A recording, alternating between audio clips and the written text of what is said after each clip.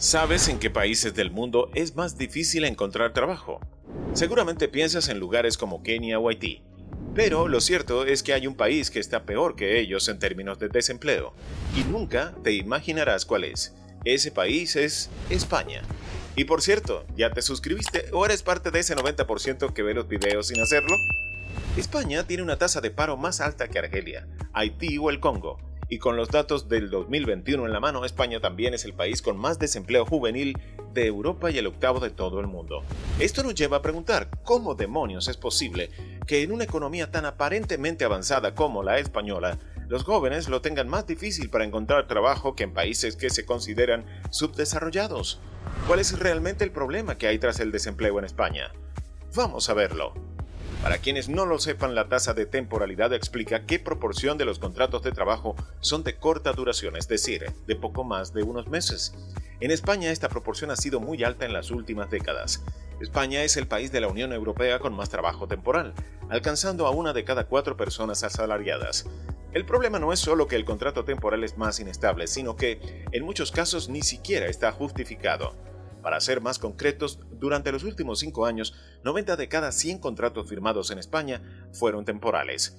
Y aunque durante los últimos años la tasa de temporalidad pasó de más de un 26% a cerca de un 22%, justo antes de la última reforma laboral, España ha seguido siendo con diferencia el país con más temporalidad de Europa. Para solucionar este problema, el actual gobierno socialista, encabezado por Pedro Sánchez, ha sustituido los contratos temporales por los denominados contratos indefinidos discontinuos.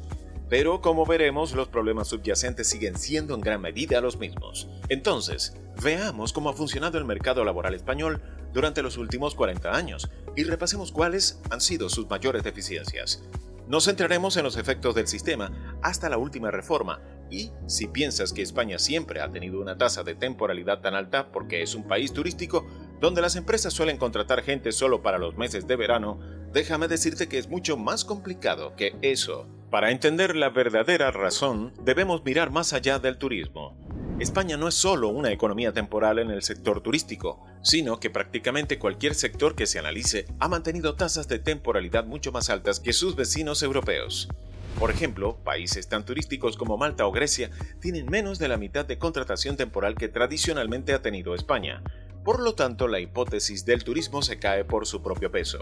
Entonces, si la temporalidad española no se debe al turismo, ¿por qué ha sido tan alta en las últimas décadas?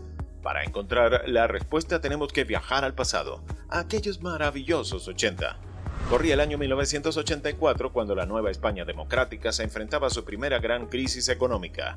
El Producto Interno Bruto español se había desplomado un 26%, la tasa de paro llegó a superar la barrera del 20% y en general, las condiciones económicas eran mucho peores que a finales de los 70. Ante esta situación, el nuevo gobierno de Felipe González tenía que ponerse manos a la obra y solucionar cuanto antes el problema. El sistema español necesitaba un mecanismo para absorber a todas las personas que buscaban empleo y lo necesitaba urgentemente. Sin embargo, en la España de los 80, contratar a un trabajador conlleva importantes inconvenientes para las empresas. Existía una legislación laboral muy rígida, que de forma general solo permitía la formalización de contratos fijos. Esto se debía a una cláusula conocida como el principio de causalidad, que no permitía firmar contratos temporales en trabajos de naturaleza permanente.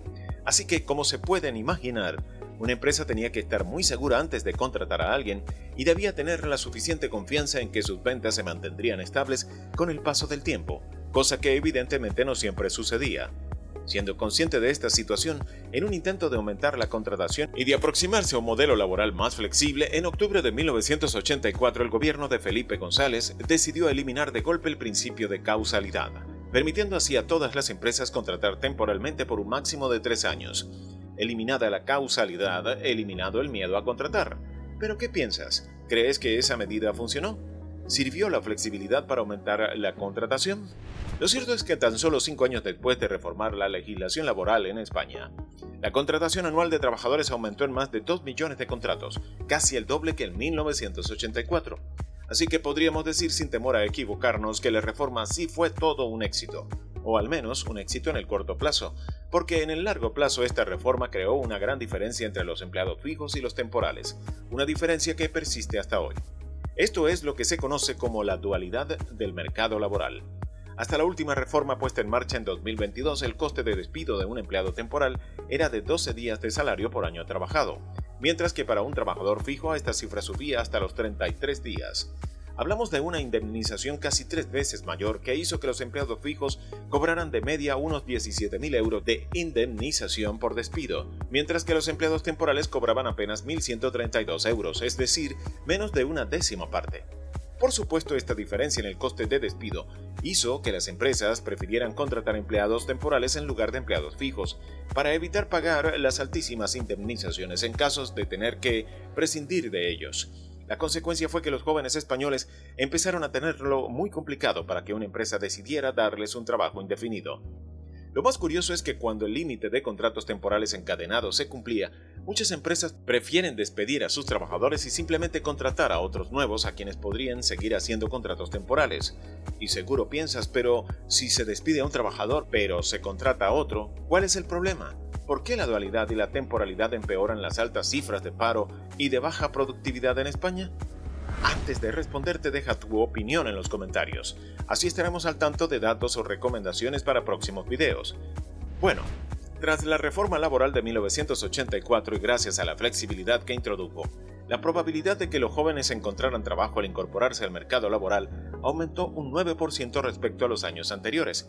Sin embargo, muchos de los que entraron al mercado laboral lo hicieron encadenando contratos temporales y, debido a la inestabilidad de este tipo de contratación, estuvieron a lo largo de su vida laboral un 5% más de tiempo desempleados respecto a los que obtuvieron un contrato fijo desde el principio. Además, las empresas que tenían trabajadores temporales invirtieron en su formación un 16,6% menos de lo que habían invertido en los trabajadores fijos. Esta baja inversión en formación se explica debido a la incertidumbre sobre si los trabajadores temporales durarían o no lo suficiente en la empresa como para rentabilizar la inversión.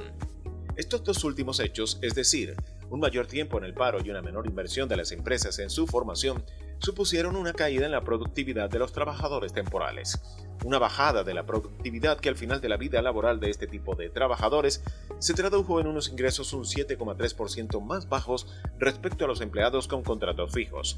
Así que, queridos amigos y amigas, las conclusiones de estos datos son bastante claras. Empezar a trabajar en un marco de temporalidad como al que se han enfrentado los jóvenes españoles durante las últimas décadas supone pasar más tiempo en el paro, ser menos productivos, sufrir más inestabilidad y definitivamente recibir salarios más bajos. Claro que aquí no acaba la cosa. Si bien esta situación para los jóvenes y desempleados ya ha sido mala por sí misma, para colmo se ha visto agravada por su ya histórica situación de inferioridad en las empresas. Me explico. En las crisis económicas, muchas empresas se ven obligadas a reducir su plantilla. Y, como imaginarás, lo lógico en ese caso sería que cada empresa despidiera a sus trabajadores más prescindibles y se quedara con los más productivos, independientemente de si eran fijos o temporales. Sin embargo, como el coste de despedir a un trabajador fijo era más de 3 veces superior al coste de despedir a uno temporal, muchas empresas preferían despedir a sus empleados temporales, aunque estos fueran los más productivos, solo para ahorrarse dinero. En conclusión, la situación del mercado laboral español es un problema complejo y multifacético, que requiere una solución integral. No se trata solo de ajustar las leyes laborales, sino de abordar de manera holística las necesidades del mercado de trabajo, promover la formación continua y la actualización de habilidades, y fomentar un entorno económico que apoye la creación de empleos de calidad. Si España puede enfrentar estos desafíos con determinación y visión, el futuro del mercado laboral puede ser mucho más prometedor para las próximas generaciones. Ahora dinos, ¿cuál es tu opinión sobre esto? ¿Eres un empleado temporal o fijo? Dinos en los comentarios. ¡Hasta la próxima!